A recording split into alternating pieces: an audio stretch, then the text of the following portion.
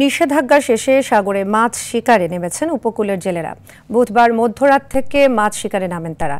এর আগেই সরগরম হয়ে ওঠে জেলে পল্লীগুলো। নোয়াখালী হাতিয়ার ২০টি ঘাটে প্রায় লক্ষাধিক জেলে মাছ শিকারে নেমেছেন। কর্মব্যস্ত হয়ে পড়েছে মাছ ঘাটের ব্যাপারী ও শ্রমিকরা। চিরচেনা ঘাটগুলো আবার প্রাণ ফিরে পেয়েছে।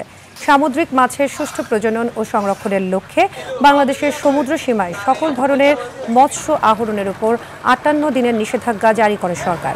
গত ১৫ এপ্রিল থেকে শুরু হওয়া এই নিষেধাজ্ঞা ছিল ১১ জুন মধ্যরাত পর্যন্ত।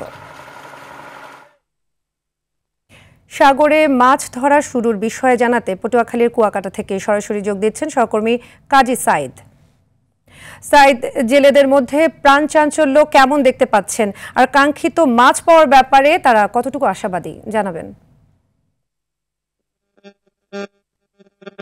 হ্যাঁ সাদিয়া, আপনাকে ধন্যবাদ। আপনি যেমনটা বলছেন যে ৫৮ দিনের যে মৎস্য অবরোধ, সেই মৎস্য অবরোধ কিন্তু গতকাল মধ্যরাতে শেষ হয়েছে। এর পরপরই কিন্তু আসলে জেলেরা গভীর সমুদ্রে গিয়েছেন। আর আজকে সকালে কিন্তু একটি মাছ ধরা ট্রলার এসেছে। তারা একটি খেও দিয়েছিল, সেখানে তারা ৩৪ মণ ইলিশ মাছ পেয়েছেন এবং সেটি ২০,৬৫,০০০ টাকা বিক্রি করেছেন। ট্রলারটির নাম হচ্ছে এফবি তামান্না ইউসুফ মাঝি নামে। আমি রয়েছি এখন শিববেরিয়া নদীর প্রান্তে। এই শিববেরিয়া নদীতে দেখতে পাচ্ছেন যে কিছু মাছ ধরা ট্রলার কিন্তু ইতিমধ্যে সমুদ্র থেকে ফিরে এসেছেন। তবে পূর্ণিমার জোতে সমুদ্র কিছুটা উত্তাল থাকায় তাদের জালপাল্লা কিন্তু আসলে পেছিয়ে যাচ্ছে, যার কারণে কিন্তু তারা এখন সমুদ্র থেকে ফিরতে শুরু করেছেন। তবে এখন পর্যন্ত কোনো ধরনের অপ্রীতিকর ঘটনার সংবাদ কিন্তু আমরা পাইনি।